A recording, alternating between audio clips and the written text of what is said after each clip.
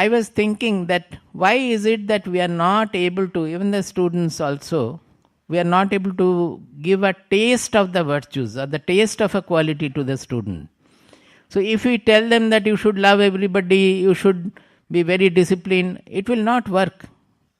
We have to somehow give that taste of a disciplined life. Why are we taking to discipline? Why are we taking to virtuous life? What is the taste of that? See, a good music, unless a person hears it and appreciates it and his mind becomes peaceful by that, until the inner effect is there, he will not start loving music. But once you have given it, suppose people talk about meditation very much, but a real love for meditation will come when a person is able to have a very peaceful or joyful sitting in meditation. Then we don't have to tell. Again and again he would like to do that. So how to give the children a taste? Stories will give them a real taste of the virtues. The first story I have taken, it is not a story, it's a real event which had taken place, but many of you may know about it also. A boy used to go with the father to a park every evening, and as they generally would always ask for ice cream or chocolate or so, that ice cream walas were there, and the father used to buy an ice cream for him. Every day he was taking.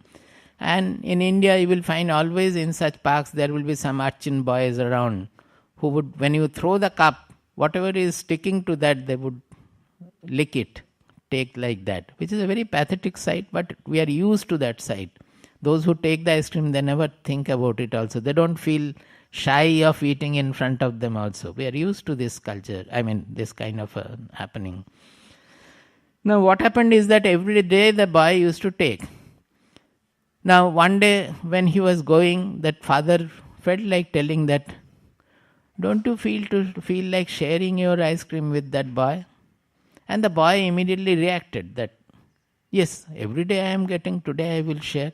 So he even did not take anything, the full cup of the ice cream, he offered the urchin boy who was every day standing and licking the cups like that.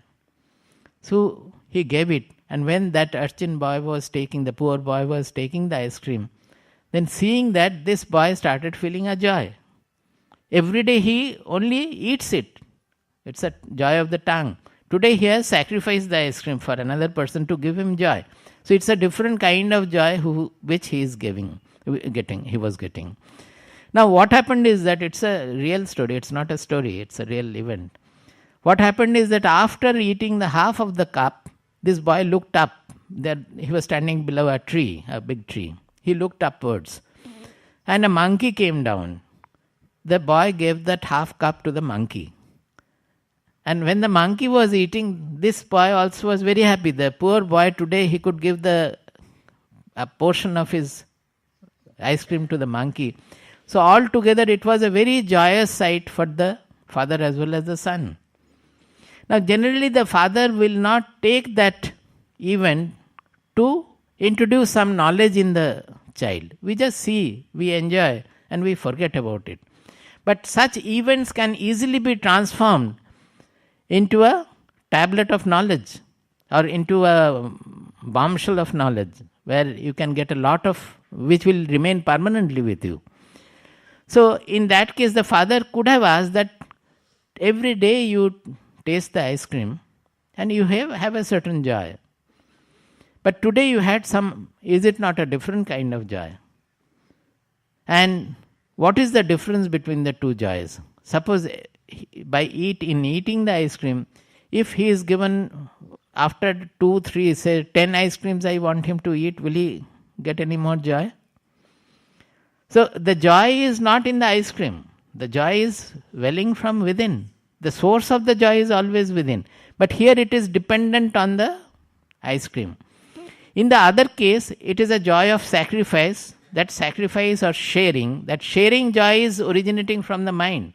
And that sharing joy can be created without the material sharing also. Suppose he remembers that event later on also. Will he not feel joyous?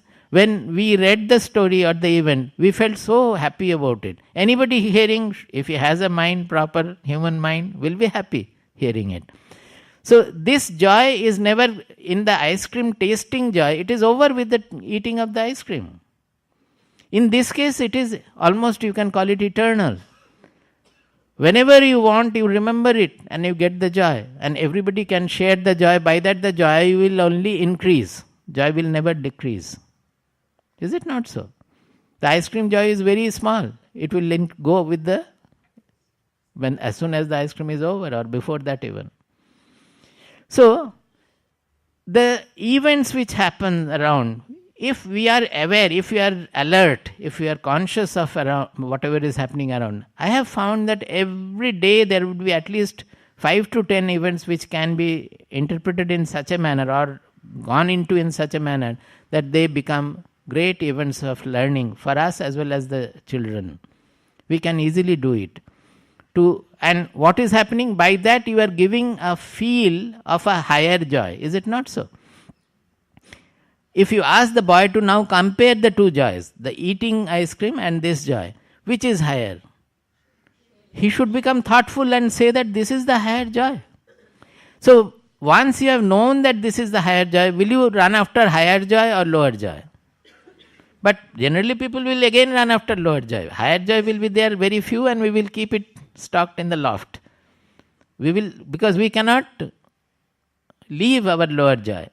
That is, the sensory joys we cannot leave easily. But still, with that, can we not cultivate the higher joy also? And as we grow more and more, we will be given to the higher joy more and more.